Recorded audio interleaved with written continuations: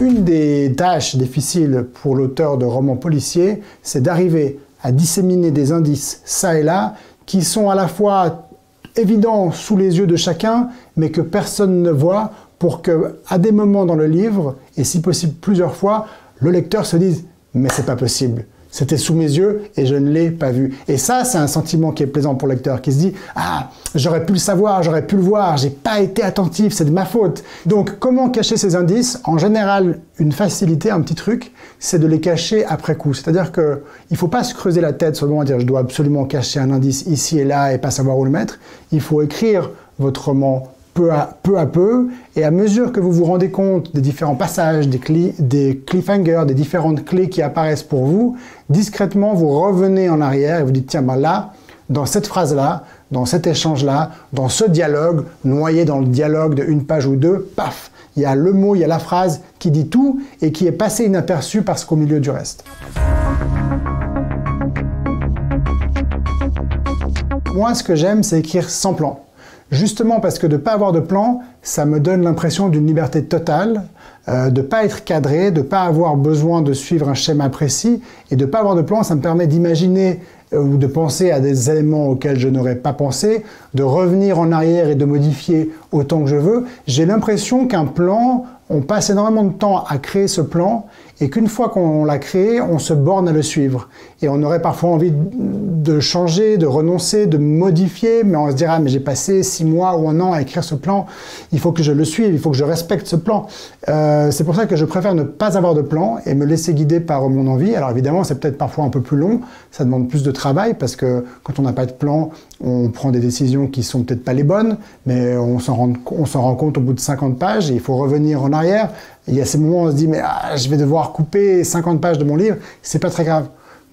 Moi, quand je retranche des pages, je me rends compte qu'en fait, ça signifie que le roman avance dans une direction, et ça, c'est un sentiment assez agréable.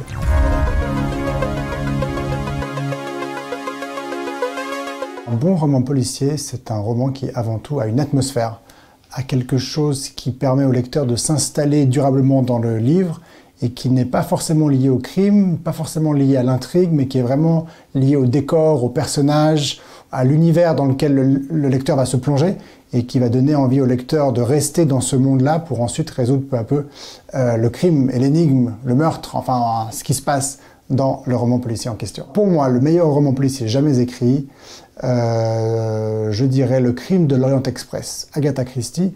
Pourquoi? Alors ça, c'est aussi ma relation de lecteur avec un livre, et chacun a la sienne. Je me souviens quand j'ai lu ce roman, et je l'ai lu parce que mon frère devait le lire à l'école, donc je devais être un garçon pas âgé de beaucoup plus de 10 ou 11 ans, et je me souviens émerveillé de l'ambiance du train.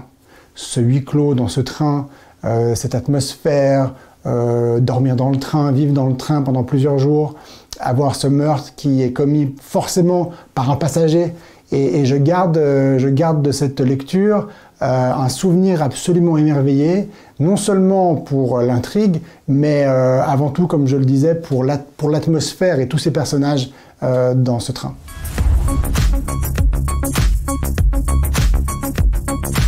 Selon moi, on crée un bon personnage en donnant une identité à ce personnage. Et l'identité du personnage, elle se crée par le vécu, donc ce personnage doit avoir un passé, il doit avoir un passé qui explique pourquoi il est ce qu'il est au moment de l'action. Pourquoi est-ce qu'il se comporte comme il se comporte, quelles ont été peut-être ses difficultés avant, ses relations avec les gens, pourquoi est-ce que le personnage est célibataire, ou pourquoi est-ce qu'il est marié et que ça se passe bien ou que ça se passe pas bien. Mais il faut en général, quand on donne des informations, il faut que le lecteur puisse comprendre pourquoi. Et je crois que ce pourquoi, il permet de rentrer dans l'intimité du personnage. Parce qu'en général, dans la vraie vie, quand on connaît bien les gens, on est capable de comprendre leurs actions, même leurs actions qui nous déplaisent ou les actions avec lesquelles on n'est pas d'accord. On est capable de comprendre pourquoi ils se comportent comme ils se comportent. Et ça veut dire qu'on est intime avec ces gens. Et je crois que c'est important que le lecteur se sente intime avec les personnages.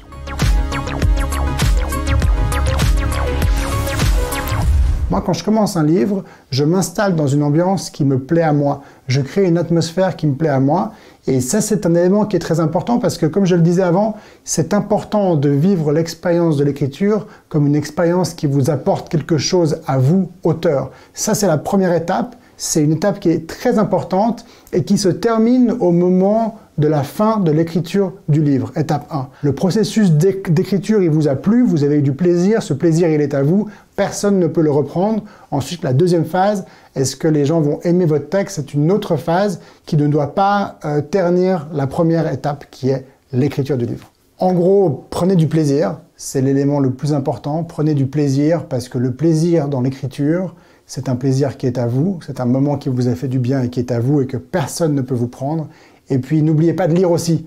La lecture et l'écriture sont des choses qui vont de pair. Lisez, lisez autant que vous pouvez. Et je profite de dire, la lecture, c'est pas forcément un moment qui nécessite de prendre une soirée entière, de se dire je bloque 3 heures pour lire maintenant. Lire, c'est avoir un livre avec soi, dans la poche, dans le sac, et lire quand on est dans le bus, quand on est dans le métro, quand on est chez le médecin, qu'il y a une attente, 5-10 minutes. Lire, c'est prendre ces 5-10 minutes qu'on a creuses ici, là, chaque semaine, chaque jour, hein, on a quelques minutes par-ci, par-là, et qui, sur l'ensemble de la semaine et du mois, font quand même pas mal de temps ensemble. Donc, ayez un livre avec vous, lisez, vous allez voir que c'est une occupation pendant les moments creux de notre journée absolument extraordinaire et bien supérieure à notre téléphone portable.